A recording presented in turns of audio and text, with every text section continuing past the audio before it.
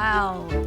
It's so great to see so many of you here. Good afternoon, and a very warm welcome to you all for coming and celebrating this International Women's Day with us.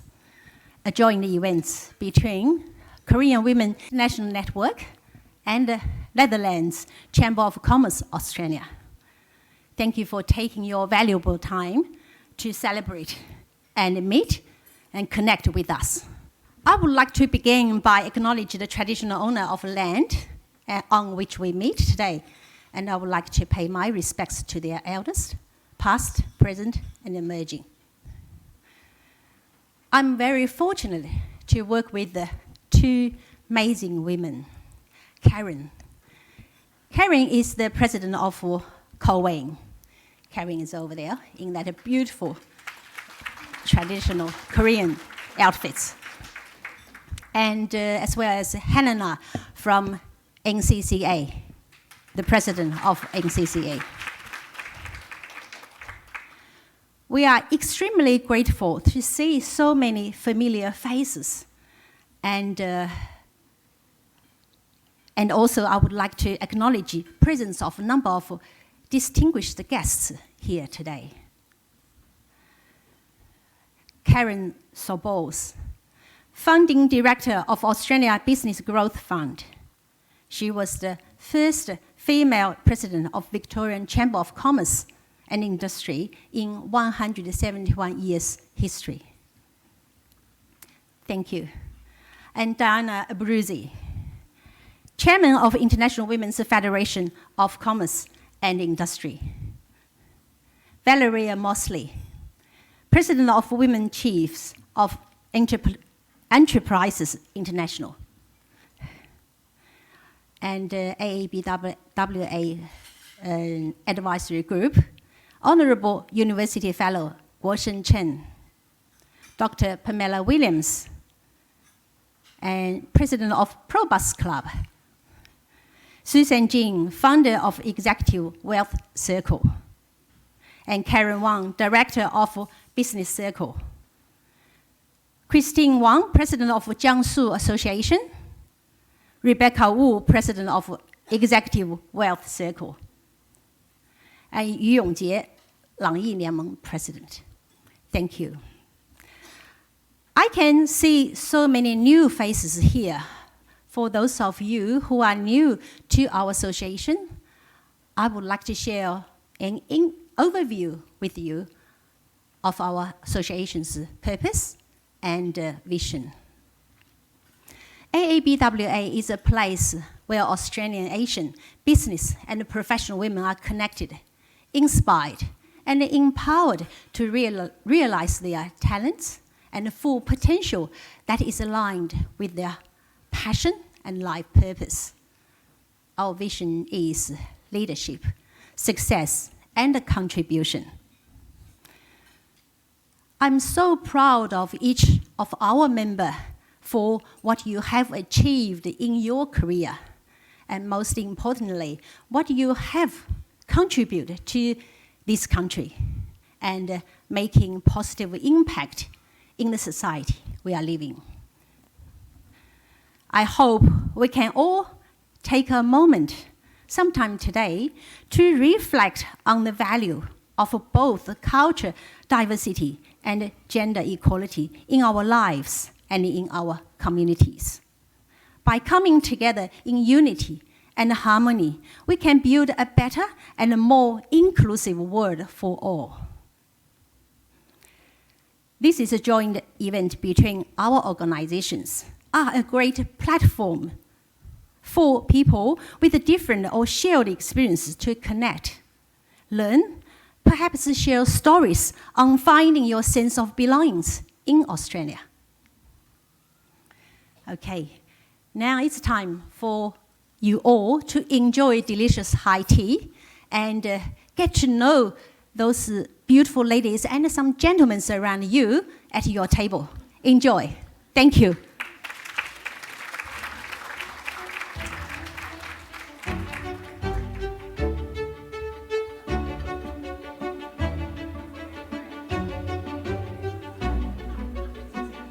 My name is Helene Hagemans, and I'm the president of the Netherlands Chamber of Commerce Australia. I also would like to start by acknowledging the traditional owners of the land upon we meet here this afternoon and pay my respect to their elders past, present, and emerging. I am absolutely honored to stand alongside our esteemed partners in this event, the Australian Asian Business Women's Association and the Korean Women's International Network, and together representing the diverse cultures and backgrounds that make up our community. Whilst we come from different parts of the world and have our unique experiences, there's one thing that unites us all, and that is we call Australia home. As women, we face many challenges in different parts of the world. And by coming here together today, we acknowledge the power of unity and collaboration in advancing gender equality. As someone who has lived in Vietnam and China for more than 5 years, I understand the cultural differences that exist between us. But I firmly believe that our differences should not divide us, but rather they should be embraced and they should be celebrated. By respecting one another and our unique perspectives, we can create a more inclusive and tolerant community that celebrates diversity and promotes gender equality. So today's event brings together a diverse group of people, and I hope that through our discussions and interactions that we can learn from one another, broaden our horizons, and work together towards a brighter future for all women.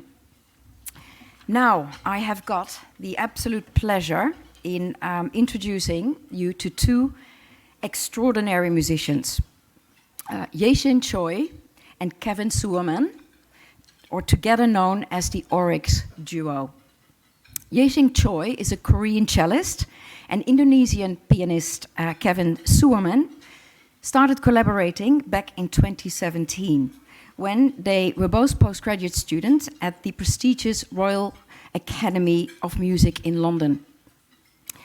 Shortly after, the duo competed and won the annual Wilfred Perry Prize at the Academy for their performance of Brahms's Sonata for Piano and Cello in E minor. In actual fact, the duo has won several prizes at the Royal Academy of Music, including the very special prize, the Delius Prize. And it was after they won that the Delius Society invited them to perform at the well-known Madingley Hall in Cambridge, where they were praised for their interpretation of the Delius Cello Sonata. So how blessed are we here in the room to have them right there to perform for us. So I'll hand it over. Please applaud the Oryx Duo. Thank you very much.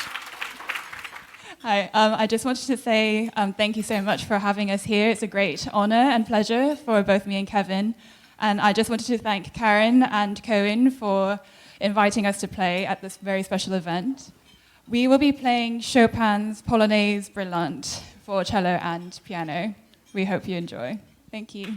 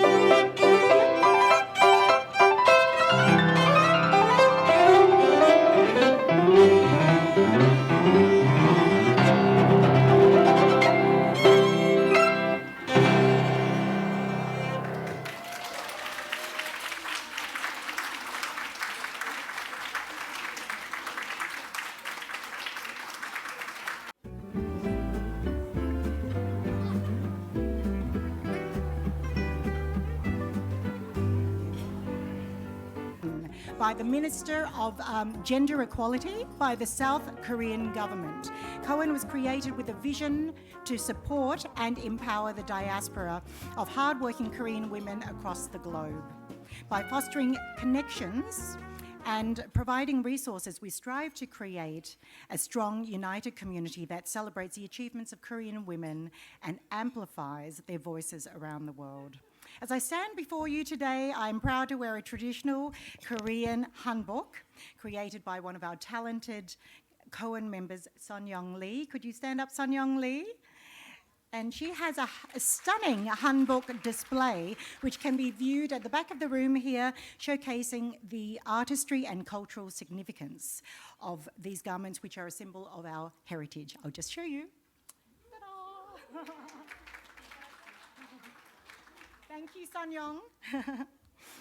And it is my immense pleasure to be collaborating with two exceptional leaders, Jane Wei, President of the Australian Asian Business Women's Association, and Helene Hagemans, President of the Netherlands Chamber of Commerce, on this inaugural, and many more to come, multicultural collaboration in celebration of, let's say, International Women's Month.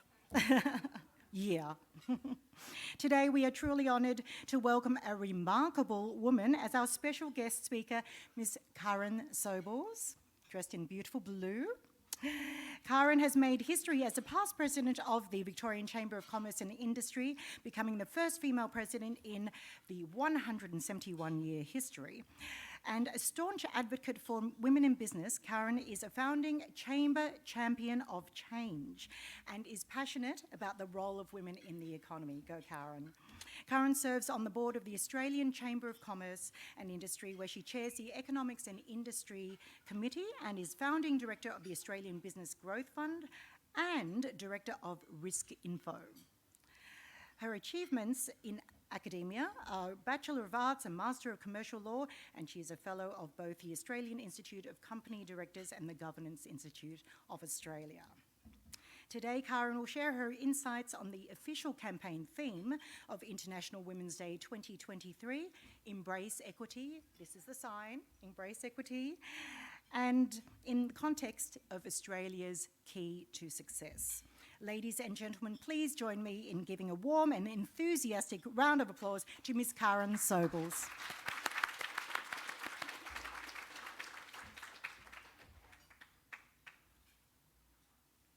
I think both of us can fit on there at the same time with that dress. Thank you. Well, I was going to say what a fabulous, lovely, sunny day to be here at Kooyong. Not quite, but at least, yeah, it's nice enough. We'll take it as we see it. Can I say that we do live in a world that, with due respect to the half dozen men in the room, that is made for men, because these podiums are really tall, aren't they? So if you can't see me, I'll just try and stand to the side a little bit. I want to thank Karen and Helene and Jane for welcoming me here. Let's get those down too. For welcoming me here today. Karen and Helene were talking about, it's great to be here with a multicultural group. It's great to be here with a group that is women in business. But it's not just about being multicultural. It's also about being multi-industry. So I think the great things about being at these functions is you're not just talking to the people you talk to every day, you're talking to people across different industries, different cultures, learning different things, and that's the really important part of getting ahead, I think. So before we start, I would also like to pay my respects to the original custodians of the land on which we meet today and acknowledge their continuing connection to the land, the Wurundjeri people of the Kulin Nation. As Karen said, it's kind of International Women's Month, not International Women's Day. And I'm continuing to put these things down here. I promise that's it. That's all it's going. And I'm kind of glad that I'm not talking on International Women's Day, because while I think it's great that we really have a movement that acknowledges women, I kind of get a little bit itchy when I think it's one day, we all go out, we have a cupcake, we have a breakfast, and then we go home again, and then we go back to maybe not making the developments we need to make. So yes, Karen, International Women's Month, but I'd like to think that we can make this a year-round thing, that we're always focusing on this, because the key to Australia's success is women. And I don't just say that lightly, and we talk about embracing equity, and that's about getting women involved in the economy. And look, I do apologise up front. I am going to hit you with some economic things today, and if that makes your head fall off on a Saturday afternoon, then please just fill your wine glass, have another wine, get into it, and I'll get past it really quickly for you. There are a lot of successful women in this room, and so in some ways I'm talking to the converted. I get quite amazed when I see the careers of some of the women in this room. And one of the things that's great about that is that the people that you know, the young people that you know, see you as role models. And that's really important, because they see this is where we need to go forward. Australia has always been known as the lucky country. And we are, and I love travelling, and when I come back, I always feel great when I come back to Australia, and I think we're so lucky in this country.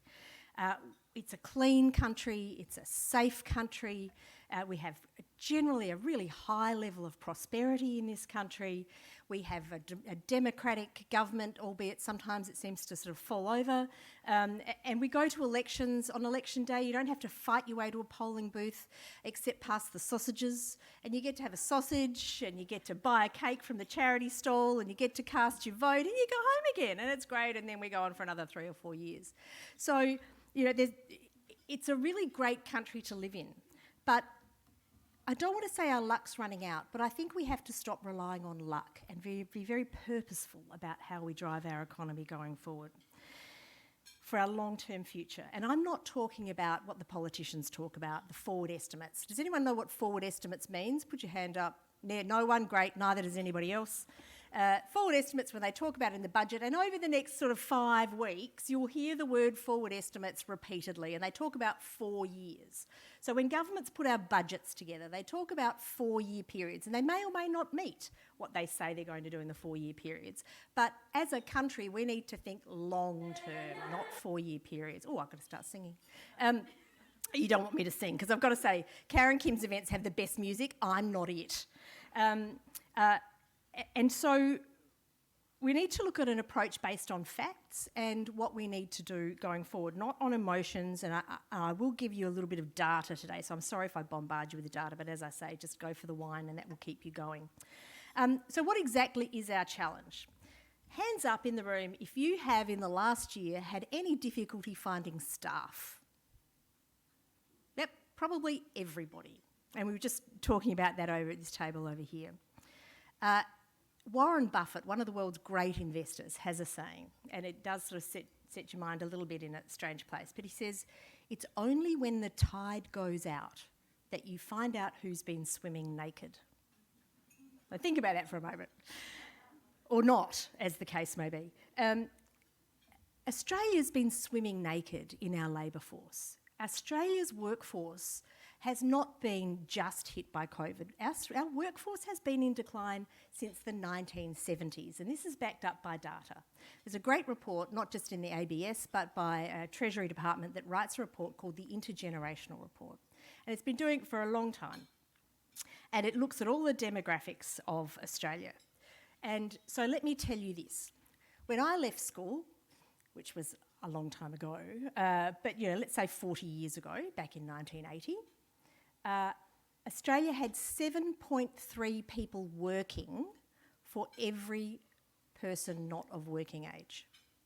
7.3. That's 7.3 people to contribute to GDP, to pay taxes, to build the economy, to put money in the Australian kitty to buy hospitals and police and schools and all of those services that we're used to. Just before COVID in 2020, that number was not 7.3, it was 4.7. That's a factor of our population not growing fast enough, of we having an ageing population. And you think, well, gee, that's going to put a bit of that, that's why we're feeling a bit of pressure on the burden of the revenue into the government. It's because we've got less people now doing that. So that thing I said with forward estimates, where the government's budget in 4-year terms, looking 40 years out, hopefully most of us will be here then, but looking 40 years out, so when our children and grandchildren are in the workforce, that number is no longer 4.7, it's 2.3. Wow. That's really scary. And that estimate was done in 2020 before COVID hit, which made matters worse. So is that alarming? Yes, it's alarming. But what does it mean? It means we have to think about doing things differently. We can't be just relying on being the lucky country. We can't just be... COVID exacerbated it by all means because we stopped all sorts of immigration. But we've relied on digging things out of the ground, and we're just having a talk about that. We dig things out of the ground, we put them in the budget, iron ore and coal, we put them in the budget at $55 a tonne. We actually sell them at $135 a tonne. We take our tax from that, and at the end of the budget year, we go, oh, no, great treasurer, that's fantastic. And it doesn't matter what political party you're with, that happens every single time, and I challenge you to have a look at that. But the Australian government's running what we call a structural deficit. And again, this is the economic stuff that'll make your head fall off. Keep drinking the wine. But what does that mean? Look, in simple terms, it means that the revenue that the government earns is 25% of GDP. That makes sense, gross domestic product.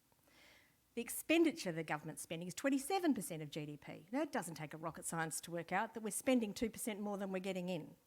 And revenue, when I talk about revenue, and you know, governments and politicians and media like to use really sort of scary, mysterious words about this sort of stuff, it really just means we're spending more than we're earning. And revenue in government terms is taxes. You're paying it. Governments don't make money, governments take your money. So you have to be really clear about what you want your money spent on and how you want that to work.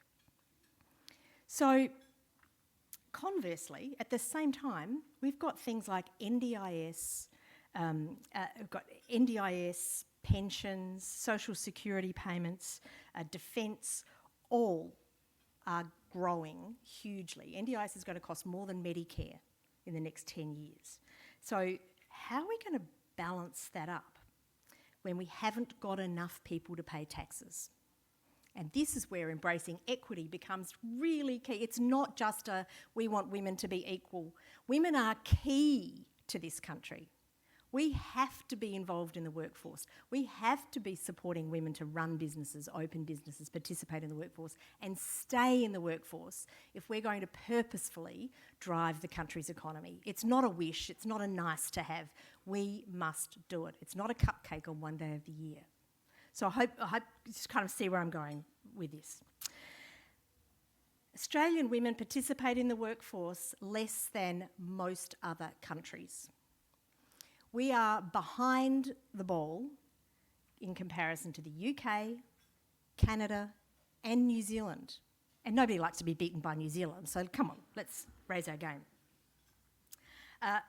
The number has increased, the number of women participating in the workforce, and I nearly threw something through the television recently when I saw a government minister talking about, women's participation in the workforce has really risen. Yes, indeed it has. And do you know how much it's risen? 5% per decade for the last 4 decades. Now, I don't know about you, but if my business grew that much, I wouldn't be in business. And when we talk about full-time women in the workforce, and you probably should put your drinks down when I say this, has grown less than 1% per decade for the last 4 decades. Now, we talk about the need to get women into senior positions, etc. How many women get to be CEO of a major company if they're working 2 days a week? It doesn't happen. So if we're going to be realistic about what we want to do, we need to encourage women to work full-time, and there are lots of things that we need to do to get that to happen. But can I say, if they want to, I'm not saying all women should work or need to work or all men need to work. You need to make a choice. But what I don't want is structural things getting in the way of women who do want to do that. And the number one issue for that is childcare. And governments in the last probably 4 or 5 years of all persuasions, I think have done a really good job in terms of putting subsidies in. But who has had a child in childcare at all in the room? Yeah, right. So $35,000 to $45,000 after tax dollars to pay for one child in childcare. So you've really got to start thinking, well, I actually need to be working seriously if I'm not subsidised to do this. Subsidies are just the tip of the iceberg, though. Who has ever had a trouble or a challenge trying to find a place for childcare? Trying to find a place, not just whether or not you can afford it, but actually finding somewhere to actually access childcare. It's really challenging. The capital required to build childcare centres is a huge barrier to entry for this industry. And generally it's leveraged, and that means that it reduces the profitability. And in this country, and I know we've got some aged care owners in the room as well, in this country, Australians don't like people making profit out of kids, daycare, aged care, family human services. Well, we've got to do two things with that. We've either got to get comfortable with it, because if we want people to invest in it, they're not going to invest in it for free, or we need to get the government to spend that money. And I've just told you the government does not have that money. So there are some choices that we have to do that. I sound like I'm a bit lecturing, but I'm very passionate about this sort of stuff. And I do, you know, I go through a few TVs, I've got to say, throwing things at people on TV when they're saying stupid stuff on television. And then I guess with childcare, it's not just, we've got to structurally look at how we do this. It's not just can you afford it, but has anyone ever been late picking up their child from childcare, ever? Yeah, right. And I'm told, because I'm way past childcare age, I've got to say, but I'm told it's like $50 per 15 minutes. Are you kidding me? And childcare centres generally closing at 6. Some close at 7, but close at 6 o'clock. So if you're a senior woman in a senior role, how are you getting to pick up children at childcare by 6 o'clock? And even if you do, that last hour, and I've lived this, the last hour of your day is, oh my God, this meeting's got to finish, it's got to finish on time, I've got to get in the car, I've got to get there, oh my God, what if I'm late? Oh my God, the child's going to cry, then they're going to be stressed when I get home, they're going to go, oh my God. So that's generally not a problem men have. Some do, and more so these days. But generally the burden is on women, because 73% of women are responsible primary child carers.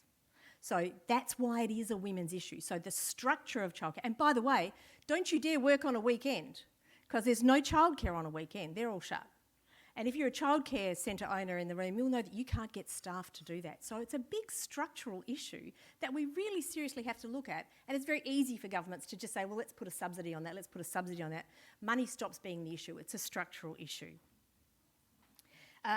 And so when we talk about, women returning to work, and I am going to go off piste for a little bit here. We talk about women returning to work. We never talk about men returning to work.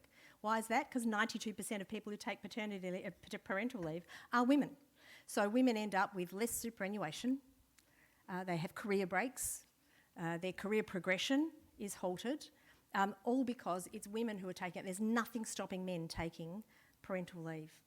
But I'll talk about that in a minute. That becomes a cultural issue for us and how we deal with that. And I did have a friend who was a report to a CEO in a bank, and the CEO stood up at a presentation to a few hundred staff and was talking about their fantastic flexible, it was pre-COVID of course, because suddenly everything went flexible working and part-time, and all jobs are equal and all that sort of thing. He got off the stage and he was walking out with this friend of mine who's a male, who said, I think I'd really like to take advantage of that. And the CEO said to him, and I kid you not, don't be ridiculous, that's for women. So we need to change the way in culture we talk about men in that responsibility as well. And when people blurt out some of these things about, we support women, we support women, we support women, so we need to support parents, whether they're women or whether they're men, and we need to look at that equally. And we've got to challenge some of that, because I've got to say, there was some fantastic pieces in the media over International Women's Day, and there was a piece in the AFR that talked about, with due deference to the people from the Big Four consulting groups in the room, and I'm sitting next to one of them, and a couple of the banks who all put out their fantastic International Women's Day, social media posts, and then it compared what their women in senior management numbers were this year compared to last year, and some of them were not good. So, I'm not big on You won't find me on Facebook. I don't have a Facebook page. I'm not big on social media. I'm not big on sort of the virtue signalling that you see sometimes from some of these groups. I'd rather look at their facts. And you see Embracing Equity, which is this year's hashtag, because apparently we always have to have a hashtag. Last year's hashtag, if you actually put that in .org.au, it was actually developed by and owned by John Deere Tractors. Great supporters of women. 9%, I went and read their annual report, 9% of women in management. But let's just make sure we know what the data is and fight for that. What I'm saying, I guess, is we need some more sophisticated thinking about this. We can't just accept that there are subsidies, etc. The recent JP Morgan report on the Fortune 500 companies said that women were in fact making progress, and this was great, and in fact when it looked at senior management in Fortune 500 companies, it would only take another 130 years to reach equity levels. I can't wait that long, I don't know about you. We should look at other countries and what other countries are doing. So when we look at something like, because structurally it's doable, right? So if I look at something like, say, female fund managers, so they're high-earning senior women, and I look at Hong Kong, female fund managers in Hong Kong, 24% of female fund managers. In Singapore, it's 20%. Australia, it's 10%. We're doing something wrong. We're not encouraging and helping women to stay in the workforce. And it's clearly doable elsewhere. Australian women are graduating from university faster and in more numbers than men. So what's taking them out of the workforce and keeping them out of the workforce? And these are the pieces of work we need to do and things we need to work on. We know, for example, and we talk about culture again, when you've got a person who's off work for occupational health and safety reasons, they've got an injury, you know that if you keep them connected to the workplace, they end up coming back to work. You need to keep them as part of the team. You don't just say, well, you're off on injury leave, I'm just not going to talk to you for 8 months. That just doesn't happen. But if you go on maternity leave, you are often just cut off. You're not included in communications. You don't know what's happening in the team, except you've probably got some friends there who tell you. Just having a Christmas drink with a very senior person at a senior bank manager just before Christmas, and I said, so what are you doing for your women on maternity leave this Christmas? Are they coming to your Christmas party? And he went, never even thought about it. He was horrified. But it never even entered his mind. He straight away got on his phone, made sure they were all invited to all of the Christmas functions, and that was terrific. It's not that they don't want to, they just aren't thinking about it. It's not, if you're gone, you've just thought about the next employee who's there. Those people then just wander away from the workforce, or at least away from your company. You've got to include them and keep them back. So we need a multi-pronged approach. And that takes me to the next big issue, which I promised sort of not to lecture you too much on, which is the gender pay gap. I always find it funny how there's so much media about the gender pay gap, because the gender pay gap doesn't stop women going into the workforce, but I think it contributes to the culture of women in the workforce. And someone was driving me to it's a friend of mine, we were driving to lunch, and he was saying to me, it was just on International Women's Day, and he said, and all these reports about the gender pay gap, and is it real? We're really comparing, high-earning women to high-earning men to low-earning women, because men have more senior jobs, or, part-time affects that number. And he was going through all the analysis of, is the number accurate? And I said to him, and then we were talking about some other things, I said, yes, well, it's 13.3 in Australia, and the OECD says it's 15% gender pay gap. But you know what I can tell you for sure? I don't care how you measure it. There's not a single report you can show me that shows me that women earn more than men.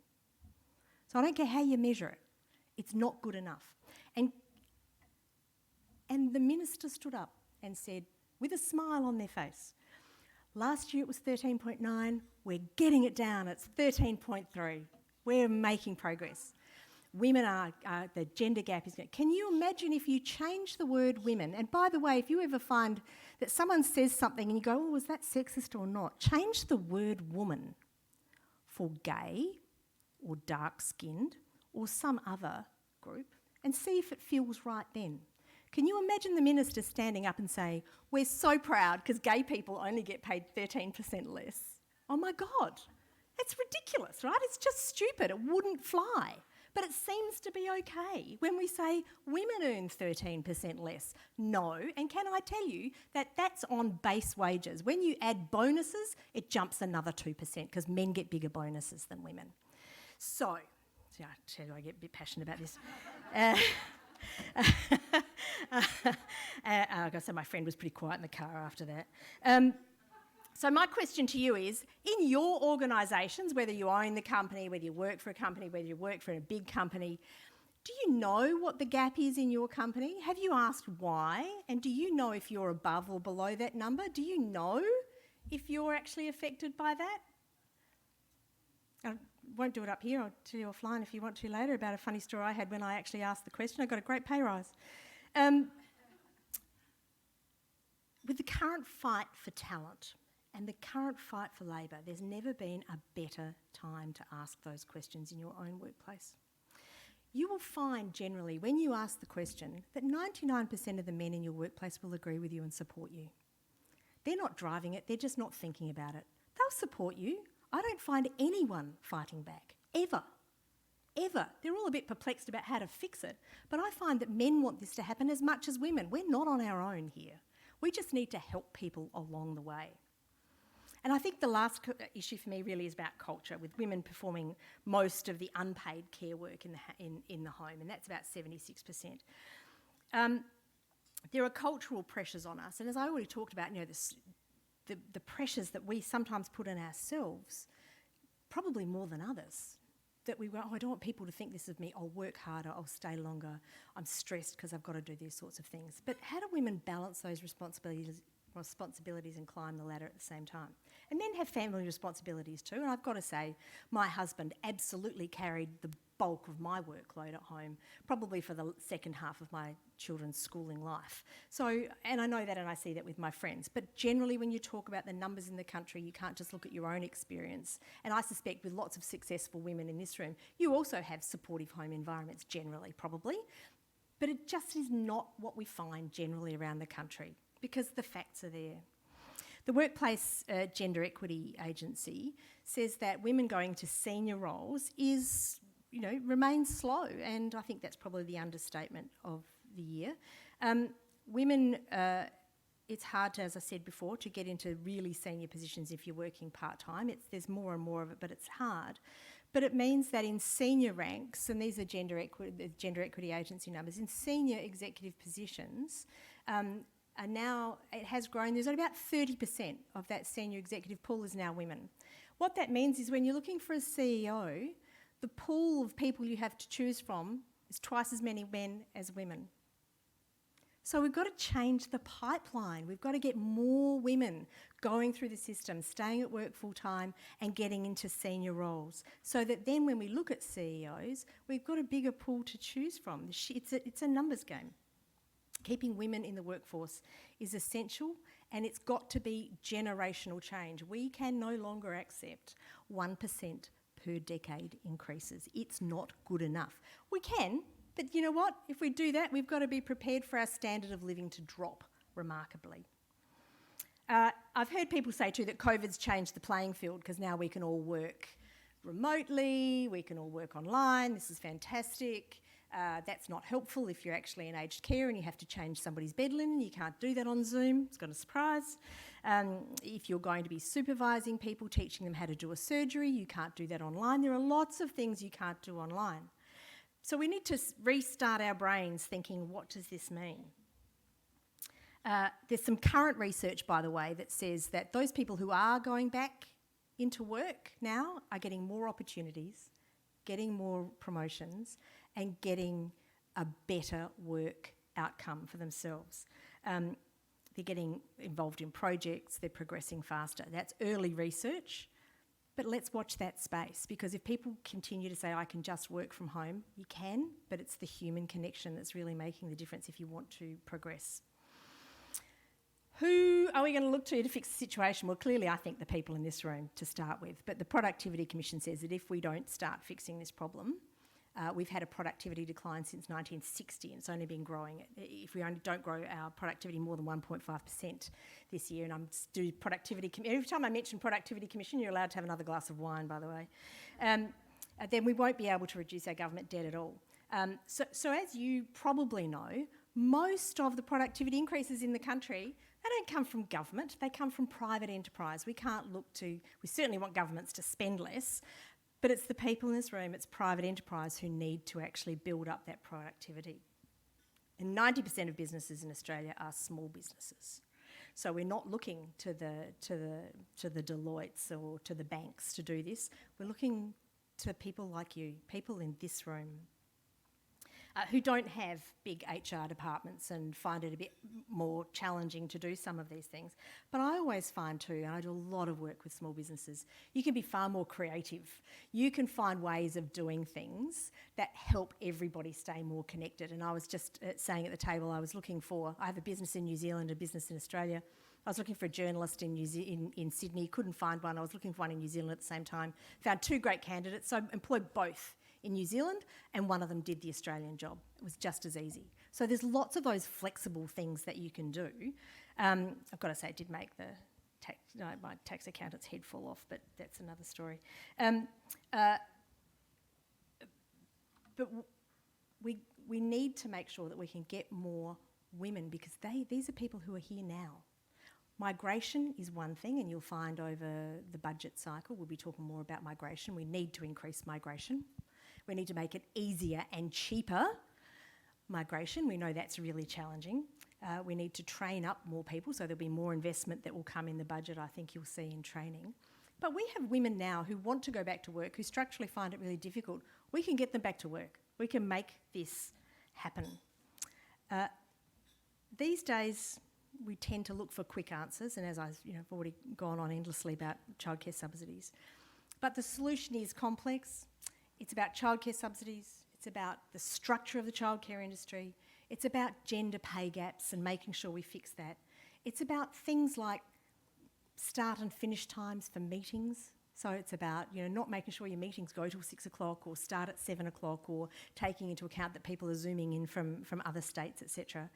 It's about getting people together face to socialise, to drive inclusiveness and to develop opportunities, to support new parents, not just new mothers, of both new parents, to incorporate that new life into their flexible work environment so they can come back to work even if it's over a worked up period.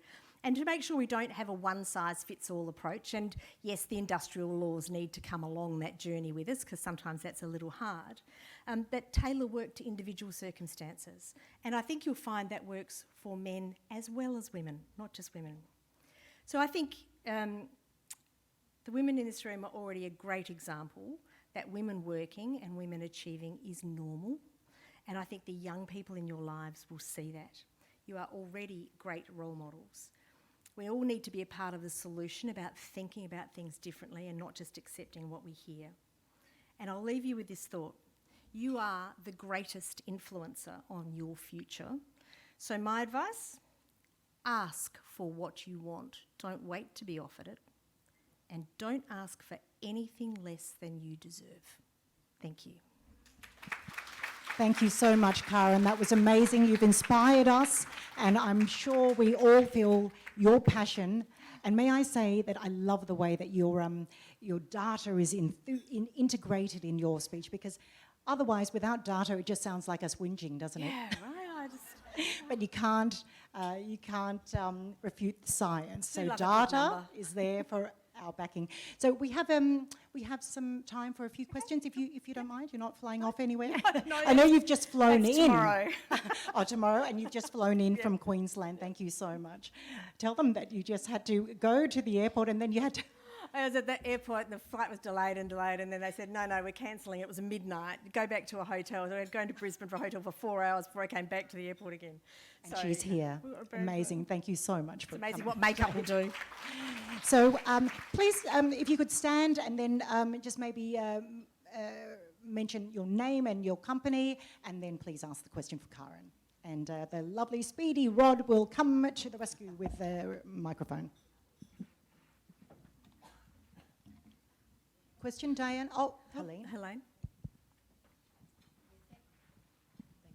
Thank you for wonderful words and very inspirational indeed. Might be a bit off track, but what you're saying, the COVID has affected so much. I reckon also women that have leadership roles, I think that has changed. Do you think that is a part of why numbers are going down? Because you can't lead a team if half the team is working from home? Yeah, that's really challenging, the work from home thing. What I'm hearing, and we do lots of, in the Victorian Chamber, we do lots of surveys of businesses and what's happening with your workforce and that sort of thing. Young people are wanting to come back to work face to face because they're missing the social interaction. They don't want to sit in their bedroom on a Zoom all day. They want to interact with people. They still want that flexibility. So we're never going back to pre-COVID. We need to keep that flexibility. But we need to make sure that we're really making an effort to get people back in as well. There's a lot of studies that are showing that creativity and strategy development is really key to being face-to-face, not doing it on a Zoom. And who here uses Teams, by the way? Right, so everything's going to blow up in a second because I'm just going to slag Microsoft. But how awful is it when you get 10 people on a Teams call and 6 of them are those little dots? Right? You can't even see who you're talking to. That's just so frustrating. So I do obviously work with a lot of people around the country, so we're frequently doing Zooms and things. And I find that when I get on a Zoom, if I'm chairing the Zoom, the first thing I do is I make everybody put their camera on. If your camera's not on, come to the next meeting, right? Because we're supposed to be interacting. It's hard enough interacting with people when you can't see them. So let's not pretend that doing all your work from home is good. So young people are saying they want to come back to the office. They want the social, interaction of the office, and it's good for the business as well. So I think that answers the question. Isabel, Hi, Isabel. thank you for that wonderfully inspiring speech. It is fascinating to get such a real, it is a real. Yes, it is. Yes, it's a very real talk that you've given us and all taken to heart. I'm Susan Jin from EWC, founder and chair, a networking platform for both men and women. And you've touched on structural barriers, and can I ask a question of whether you see our current taxation system itself is a structural barrier?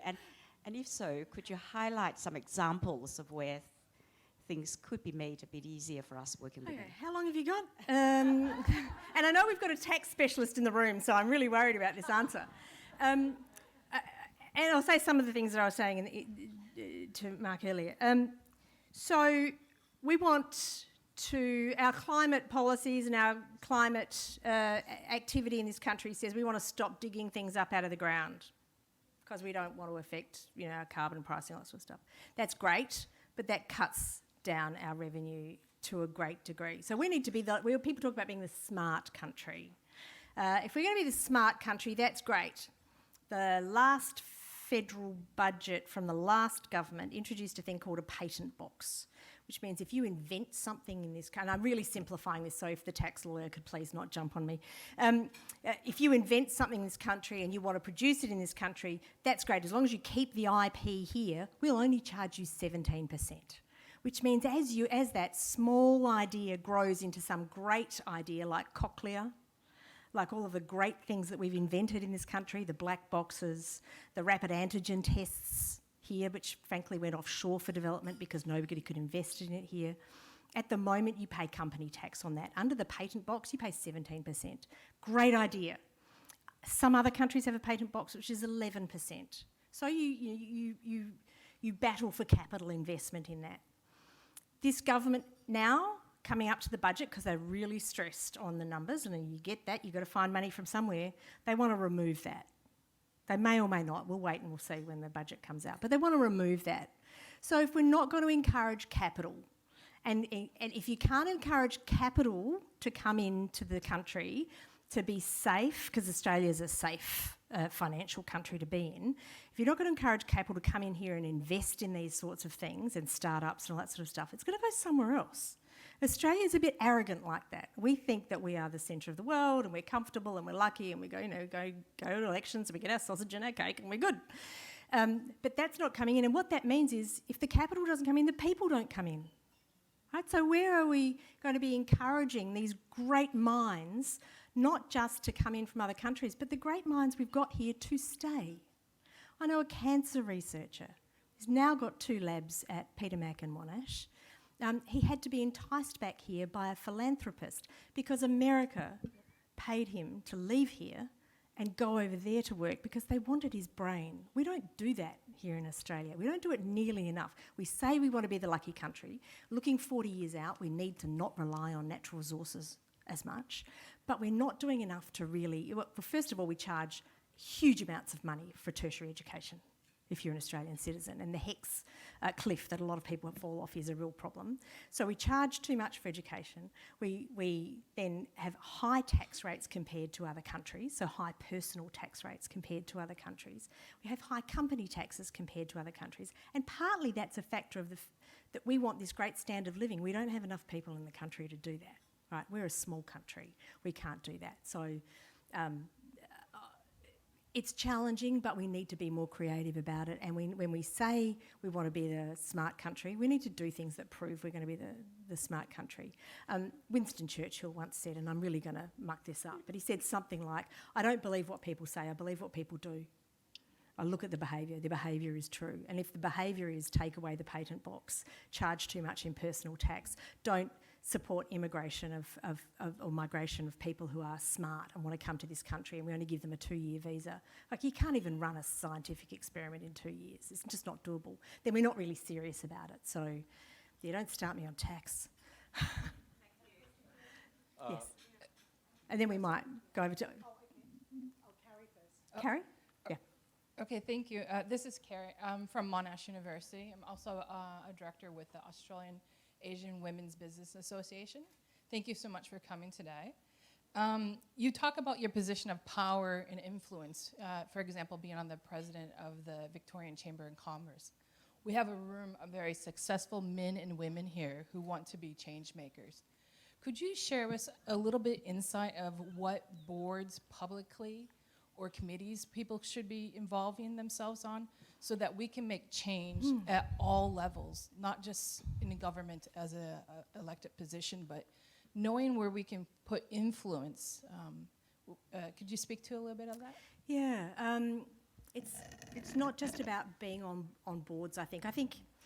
And I kind of am preaching to the converted, because a lot of people here are on different boards and things, not just, the fact that you're even here and involved in these associations and not just your own business says that you're already reaching out beyond your own scope. I've got to say, I think it's less about boards and it's more about being in touch with politicians. I think most politicians of all persuasions do it because they are purpose-driven. And I think most of them are really good, decent people. I may not agree with all of them. There's a couple of turkeys, but there's a couple of turkeys and everything. You can't report that in, I said that anyway. But they're a bit out of touch. And if you get pressure groups on certain topics wanting to influence politicians, and I'm not talking about financially, I'm not talking about, we'll fund you if you do this. But if they're in their ear all the time and you're not in their ear, then that's what they start to think is what most people think. So who here has spoken to their local member of federal or state, spoken to their local member of parliament in the last year? There's a couple. There's half a dozen, that's good. I speak to about 5 a week. And that's not even in my role. And I am forever telling them this stuff. They have advisors who are generally fairly young, and I've had family members in those roles, because you generally can't be a family person with responsibilities and be an advisor to a politician, because they work really hard and they work really long hours. But they, again, live in a bubble. So we need to be telling them what we think. We need to be giving them real-life examples. We need to be telling them that if I'm building, for example, an aged care facility in Shepparton, as we did during COVID, it's hard enough to get workers, but there's no housing in regional Australia. I know companies that have bought motels in regional countries to put their workers in. Now, politicians need to know these stories, because then they get up and talk about it. It becomes real. So you've got to make it real for them. And it's good for, it's okay for me to stand up here and criticise politicians and say they talk about 4-year estimates periods and all that sort of stuff, forward estimates. But that's what their election cycle is. That's what we've got. They've got to do that. It's, it's great for a politician, and you will have heard of the Henry Tax Review probably, and you probably all go to sleep when you think about it. But we haven't implemented almost anything from the Henry Tax Review. And when he did the tax review, his brief from the government was, don't mention GST, because that's not the most popular tax that's around that everybody knows about. So he had to do the review without mentioning GST. So we're not very serious about restructuring, and we're not serious about it because when a politician starts getting up there and talks about, doubling GST or, changing the funding to the states, everyone either nods off or votes against them. So why would you want to? Like, it's blowing yourself up. You'd rather go and talk about, God forbid, Nazis or something. But they need to hear your stories, and they'd really like, and most of them want to. So make a time. Go and have a coffee with your local politician, doesn't matter who it is, and tell them your story. What challenges are you facing? What are you seeing? Give them your examples. Make it real for them. And I think that's the best way to influence. This gentleman. From a man, I'm scared now. Good day. Yeah, my name is Eddie Kleinhans. I'm going to put my psychology hat on. I'm a psychologist and I work in private practice, and my business is called Better Still Psychology. Now we're talking about solutions, talking to others, talking to politicians.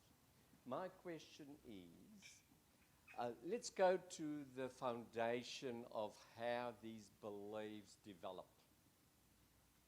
What about if we start within families and actually teach our kids from a very young age the whole concept of respect? Respect for yourself, respect for others.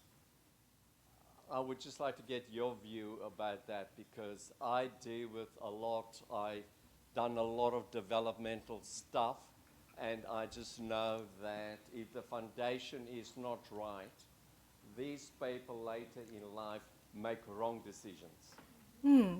Thank you for that. I completely agree. And that was kind of my point about role models. And I would think most of the people in this room are role models for younger children. And we have great swathes through this country of intergenerational unemployment because their parents have never worked and their parents have never worked. And we really need to address those sorts of things. But if we have... so, for example, my oldest daughter just finished a year of maternity leave, and it never occurred to her not to go back to work because she's always seen me working. So I think those and also my friends, we work. It never occurred to her that she would stay home. Now, she can if she wants to. They certainly have enough money to do that, but that's not the life that she wants to lead. So it's individual choice, absolutely. But I think if people don't see the examples of what those choices are, then they don't see that as an option for them. So people need... there's a glib phrase that says, if I can see it, I can be it. And people need role models and need to be able to see what they can do and what they can be, which is why, following some of these really successful women is great. And just like men, some of them make mistakes, etc. In fact, Gillian Armstrong, who was one of Australia's first and best film producers, directors, she made, I think it was My Brilliant Career and a few of those sort of archetypal films. When she's probably about 15 years older than me, when she was at RMIT doing her film production thing, when she was ready to go out into the big world after she'd done her education, the only place you really went to produce in those days was the ABC, and you had to send a letter off to the ABC and say, I want to come and direct and make films and TV, and they probably took most of the graduates. She was the only woman in the class, and all of her male colleagues they had to produce a portfolio and make films and send them off. All of her male colleagues got letters back saying, yes, come in, Wooders. She got a letter back, and the letter said, and I kid you not, yes, we'd like to take you at the ABC. All women here start in the typing pool, which she didn't appreciate that well. She then went on to become a huge director and had a great career. And her comment is that we will know there's true equity and equality when there are as many mediocre women in leading roles as there are mediocre men. I like that one.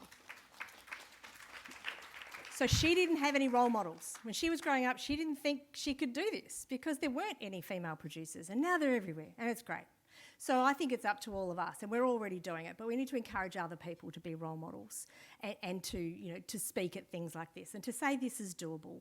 And I always joke, yes, I was the first president of the Victorian Chamber in 171 years. I won't be the last. We've now made sure we have a board that's 50% men, 50% women. We have to take our chairs from the board. It's a funny organisation structure that we've got. But you've got to get your pipeline working, and your pipeline only works if you get women from a young age to come into the workforce. They're coming out of university, they go into work, and then it drops off. They go and have babies and they don't come back. We've got to get them back. And getting them back has to be all those structural issues, but also they see that it's possible. They see that it's possible and it's doable. And it's not easy. It's really hard when you have to, you know, you're at work and you're talking about a $5 million deal, and the next thing you go, oh my God, I haven't made the octopus costume for tomorrow. You know, those sorts of things are in your brain. It's not easy, but you know what? Move on. Life's not, people aren't just going to give you stuff. You've got to work for it. So I think if people can see that it's doable, then you're right. So the home environment is really important for that. Thank you. Thank you very much. Thank you so much, Karen. I think you've actually given us a blueprint for how to turn our lucky country into the smarter, women-led country of the future. Thank you so much. This is a very small token of our appreciation, small but very tasty. Thank Mum. you. Thank you. Oh, lovely. Thank you, please. Very appropriate. A warm round of applause for Miss Thank Karen you so much. Sobel. Thanks for having me.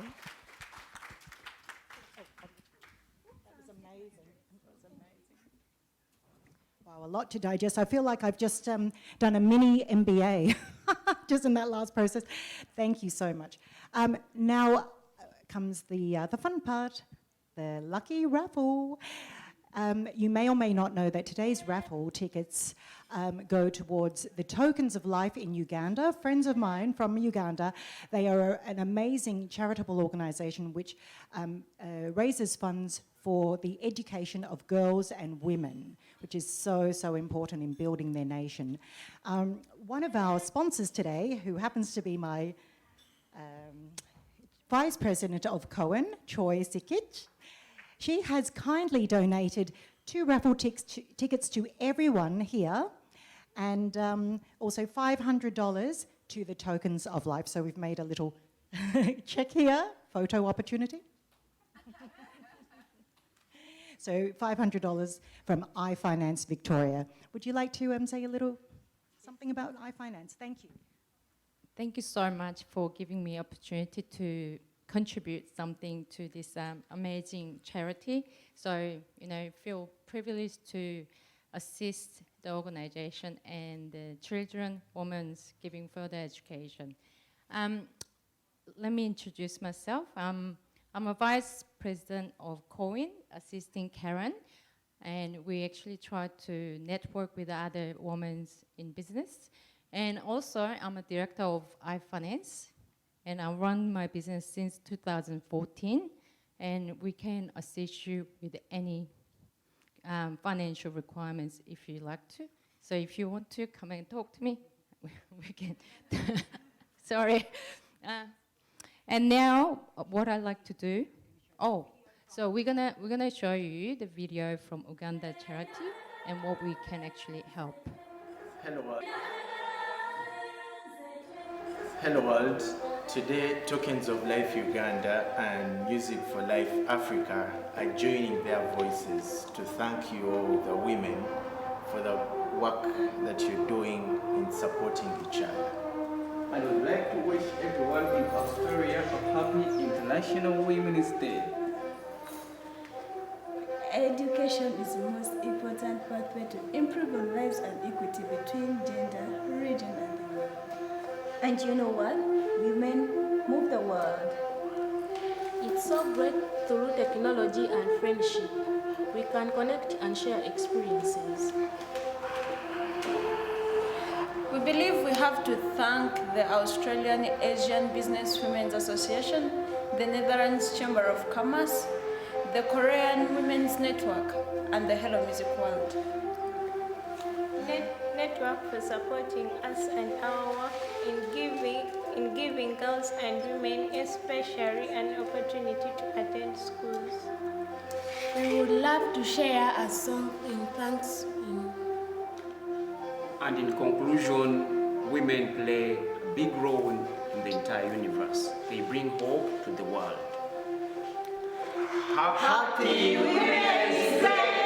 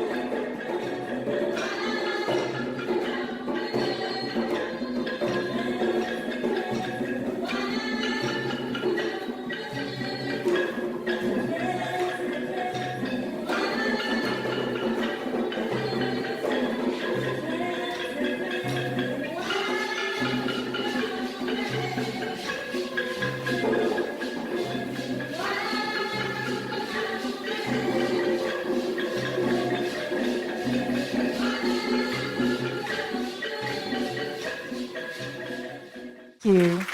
Now on to Troy and the raffle draw. Now, lucky raffle draw. Probably all of you has 2 tickets sponsored by iFinance, and also so many sponsors who actually donate beautiful gift for you guys. So, basket. So first sponsor that I'd like to introduce, Jen Restaurant. So she is one of Cohen member as well, and she donate $200 value of her restaurant. Would you like to come out?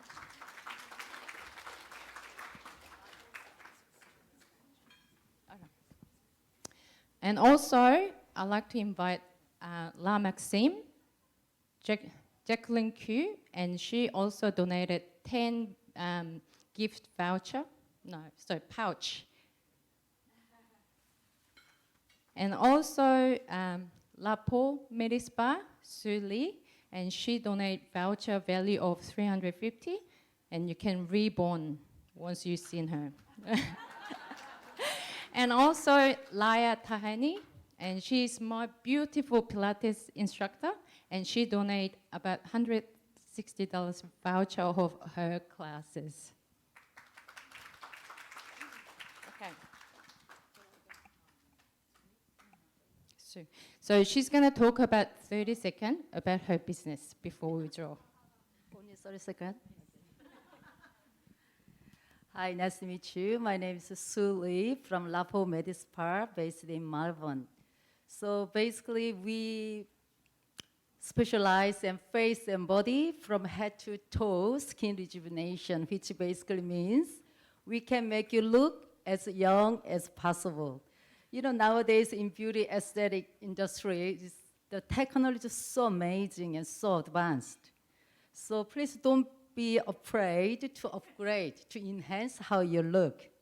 So whoever gets this voucher this one is one of the program to achieve those optimal results. So whoever gets this ticket, please take it and take the advantages. Thank you. Okay, lucky winner.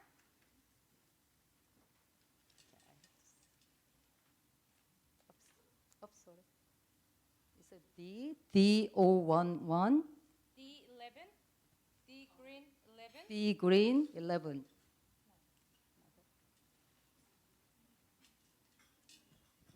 is my color purple. And purple. Is it you? Purple. Yes. Yeah, yeah. And I have one more. So. I would like to redonate because you think because I am the president of the Netherlands Chamber of Commerce that it might be rigged. So please draw again. And also, she's pretty enough. She doesn't need any help. What's that? This one is the Purple 79. Purple 79.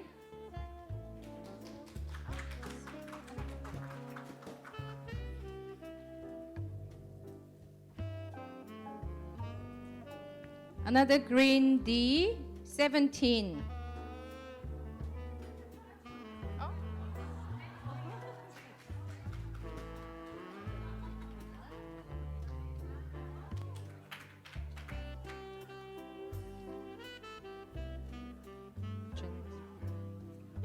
Okay.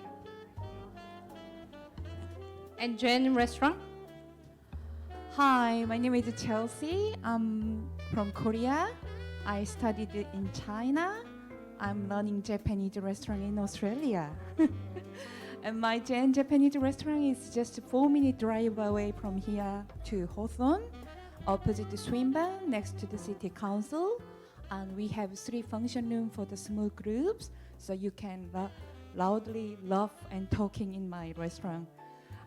Welcome to my place, and I'm donating $200. I'm very grateful to donate here.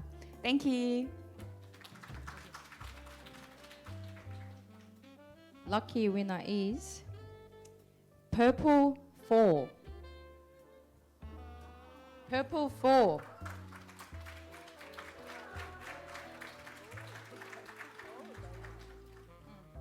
That's okay.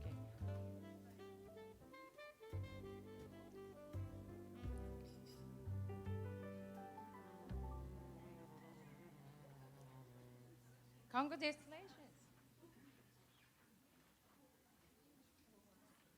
That's the one. Thank you.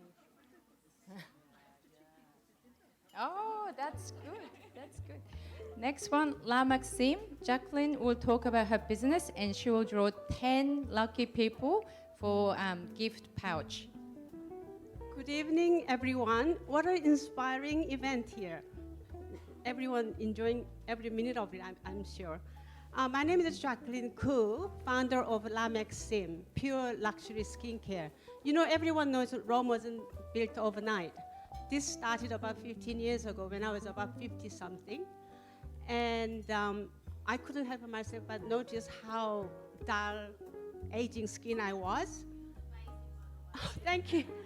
And I'm the face of La Maxime. Why? Because I tested every one of product on my face. And I'm 68 and a half years old. So if you're using skincare, it doesn't make you look younger, then it's some question. You know, you have to find something extraordinary skincare. So La Maxime stands for Australian Vegan Certified, Australian made, cruelty-free because it was tested on me, and 100% plant-based and chemical-free, no chemical preservatives whatsoever. That was my challenging. So I started 15 years ago as a personal challenge. And now we launched the last year at Sydney Beauty Expo and exporting to USA. So we are working on Australian market as well. It's 100% artificial fragrance-free, synthetic, color-free, and it's sustainable, GMO-free, and chemical-free. So please take this brochure with you. It has important information, useful information. You might learn something. And behind of the brochure, there is some scribble, my signature there. You are the lucky winner of amazing eye cream, clinically proven, dermatology tested, sensitive for, safe for sensitive skin, valued at $92.50. If you come to me, I will post it personally to you. And today, also another gift is beauty pouch, because La Maxim stands for beauty and pure and luxury. Pure, it means that there's no chemicals. Luxury means everyday luxury shouldn't be expensive. And when you try La Maxim, you will feel the blissful luxury. Thank you. Thank you. Just before we draw 10 raffle tickets, what she meant, so whoever you have brochure with a signature on it, write your name, email address, and hand it back to Jacqueline later on. She will post eye cream to your place. Okay, so don't forget to pass on the details if you do have brochure with signature. Okay? All right, now we're gonna draw 10 lucky people. Orange 54, orange 54, orange 4, orange 60, orange 68, purple 63, purple 69,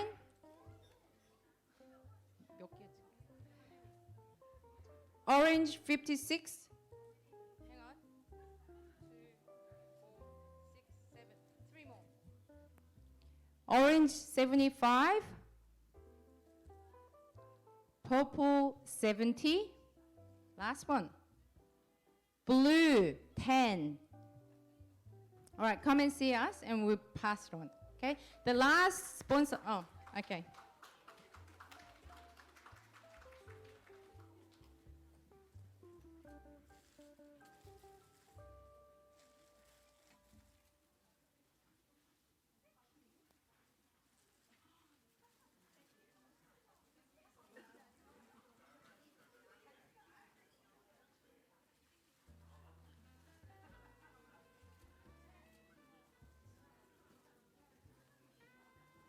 All right, now, Laya Tiny. She's a Pilates instructor. She runs business in Bowen, and she's going to talk about business briefly, and she's going to withdraw raffle tickets. Hi everyone, this is Laya. I'm the owner of Endless Lifestyle Studio. By the way, I come from Iran. That's why my accent is a little bit weird. Sorry about that. My studio is located in Bowen. I'm sure a couple of my clients sitting here, and lovely to see you everyone. My studio is about the community and how women can work on their body and also inside. So it's not just about moving your body, it's about how you're gonna be confident about yourself when you see yourself a little bit different in the mirror. And I think it's really, really helpful for us to be a little bit more confident when we go somewhere as a person, that I can get this clothes and wear this clothes. I'm not thinking about, oh, I don't look like good or something like that. But it's not about being a model. It's about to being the best version of yourself and enjoy your life. And you can eat whatever you want because you do exercise. Thank you so much. So I've got 2 vouchers here. Yep, she donated 2 vouchers for 5 sessions per person. And lucky winner.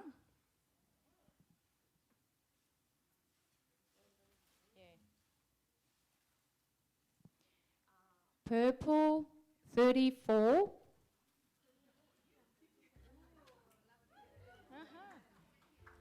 Green 5.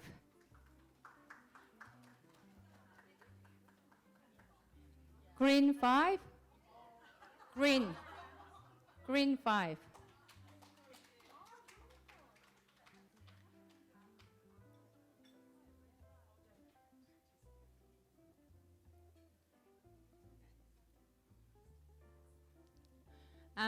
Just before we go, we've got 4 more raffle tickets to go, but she is wonderful. I've been training for the last 10 months with Laya, and I love her more than my mum at the moment. Right? She is beautiful person and fun to train. So please, if you do have a voucher, try out, right? Okay, thank you. Next, Kim, we'll draw more raffle tickets.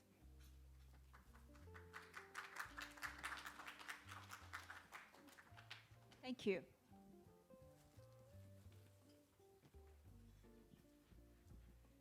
Okay, now I would like to invite Cindy Xue from Rising Industry.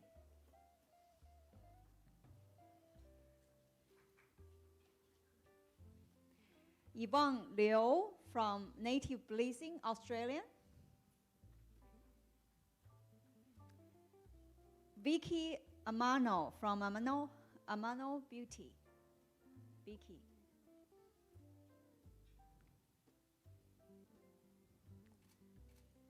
Julie.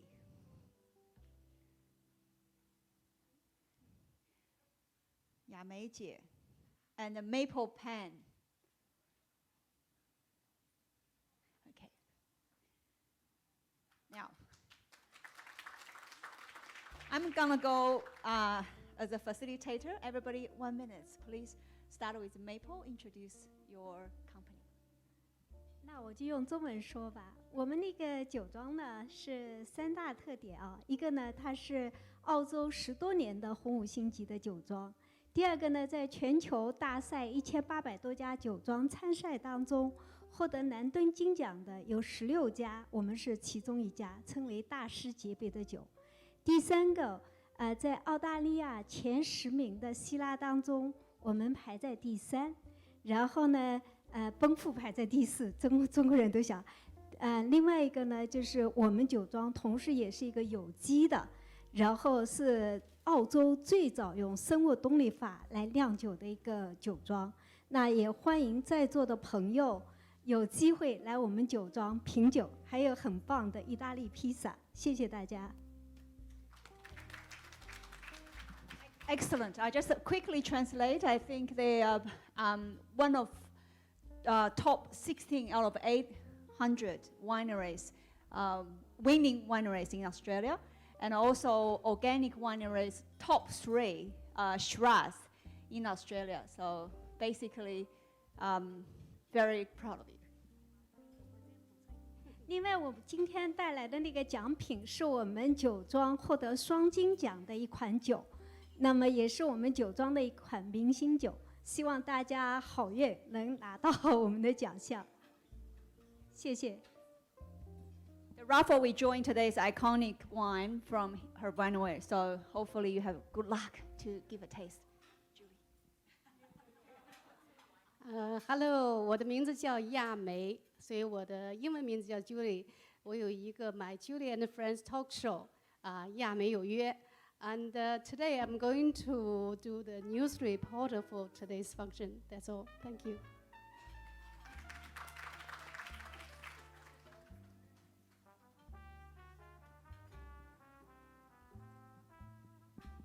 Okay, Julie runs Julie Show. So anyone watching Julie Show? Yes. Very interesting. And today, Julie also going to be a news reporter for today's event. So introduce Julie and her raffle. We're going to keep it a surprise. Good afternoon, ladies and gentlemen. Thank you so much for this opportunity to give me a chance to introduce our Native Bliss brands. I'm the co-founder of Native Bliss. Native Bliss is a small organization passionate about making natural and organic products. In Australia, we source the ingredients, plant extracts, essential oils, and made our products. Our products are all non-toxic, eco-friendly, and also do their jobs. So in today's selection, we are very proud. Our products actually currently exporting to more than 8 countries and regions. So really proud for these small organizations. So our passion is that we use all the natural and organic Australian-made, Australian-owned products and share with the world. We've put the 2 sets, our new range in this gift, which is Verdant. It's a new green home hygiene and home cleaning products. Hope you have good luck. Thank you so much. That's English. Would you like to translate in Chinese? Here you go. Okay. Hello, everybody. My name is Cindy. I think many people in AABW know me because you are my client. Today, I'm very honored to sponsor the first Chinese brand of shopping wear, and one shopping pants, and one waist belt, protection belt. Who will be the lucky one? I believe you will love it. 大家好，我叫 Cindy 我的工作室呢在那个 Willis Hill， 但是很快呢就要搬到 Box Hill 去了。很多人认识我，你们都是我的客人。我是那个中国塑身衣第一品牌美人计的全球合伙人，和那个最好用的米兰软刺睫毛的那个澳洲总代理。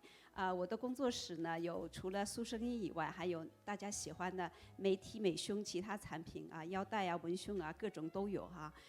欢迎你们来我工作室做客，来喝杯茶，然后可以来体验，因为有不同的 size， 有不同的 color， 还有不同的就是款式，你们可以来挑选体验。谢谢大家。Hello everyone, my name is Vicky. I'm so honored to be here to sponsor my products. Climate change has become one of the biggest problems in the world, and as plastic waste increases, the climate changes even more rapidly. In the beauty industry alone generate 120 billion of packaging waste each year, like globally. So what if we disrupt the beauty industry with sustainable solutions that can reduce the plastic waste?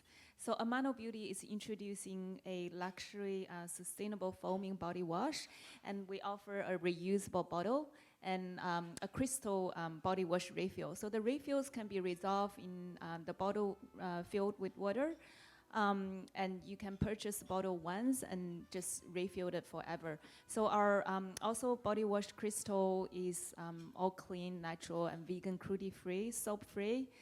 And it's savings all year round because you only need to buy the crystal after. So let's take a part, live in the sustainable lifestyle with Amano Beauty products. So hope you enjoy. We supply one product today. Thank you. Thank you. Now we have sustainable beauty product and the shaping product, and we have glass of wine. Then we go to house clean, and we have reporting as well. So where's the raffle? Let's start drawing raffle from Maple, please. Thank you.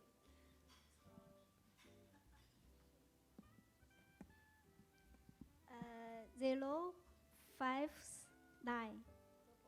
Purple 059. 哦，我是三瓶还是抽3个？对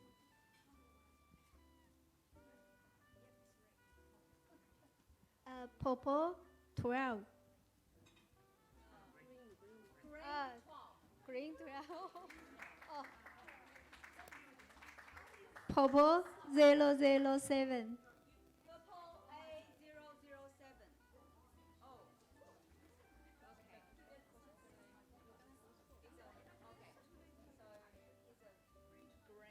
Green. Anyway, I think yeah. Yeah. Okay.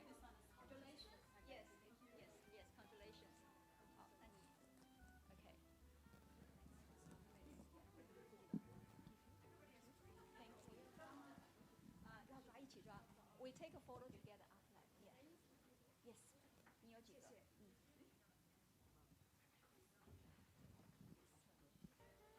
第一个是 Green 16 D16 Green D16.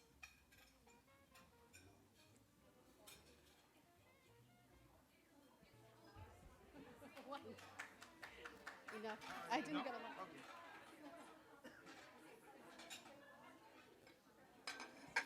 Yeah, 一个是吧？ So the people who win the raffle, please wait here. We can take a photo all together. Thank you. Yes, Green D16. Thank you.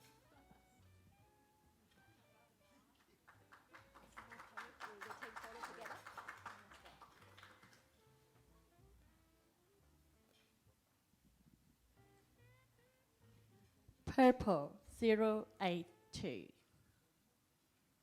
Purple 82.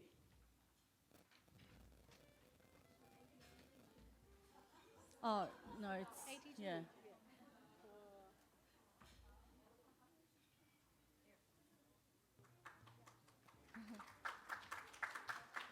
Okay. Orange C 69. Orange C 69.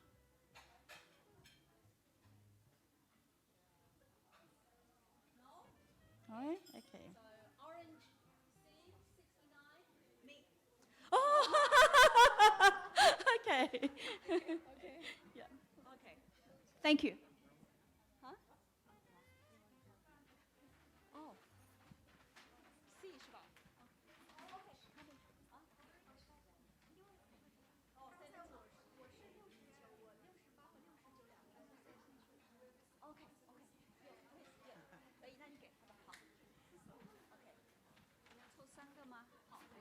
？Okay, I draw three because I sponsor three different products. Okay, so first one is blue B number 5.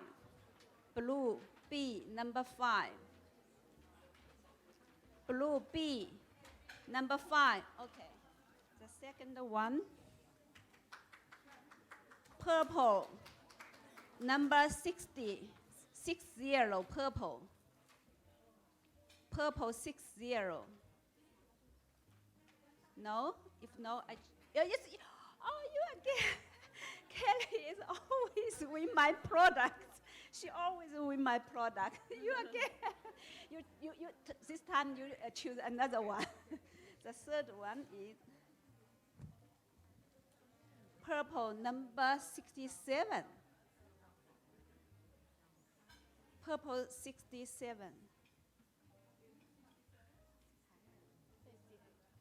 No? If no, I change.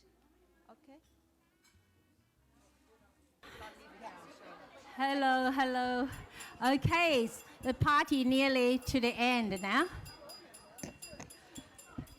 What a wonderful afternoon we could spend together. Outstanding music performance, inspirational, informative speech, and so many lucky prizes. What more we need? Thank you so much, yeah. And we also, on behalf of our 3 organizations, COWIN International Network, and Netherlands Chamber of Commerce Australia, Australia Asian Business Women Association, we would like to thank our committees. As we all know, behind success, there is unknown effort. Okay, and can I name a few of our committees from our organization? So first one, Hong Yan, where are you? Put your hands up, table 10. Thank you so much. And Joyce here. Thank you. And Choi, here you go. Thank you. And Sue. Who else? Okay, Sue, Vivi, yeah.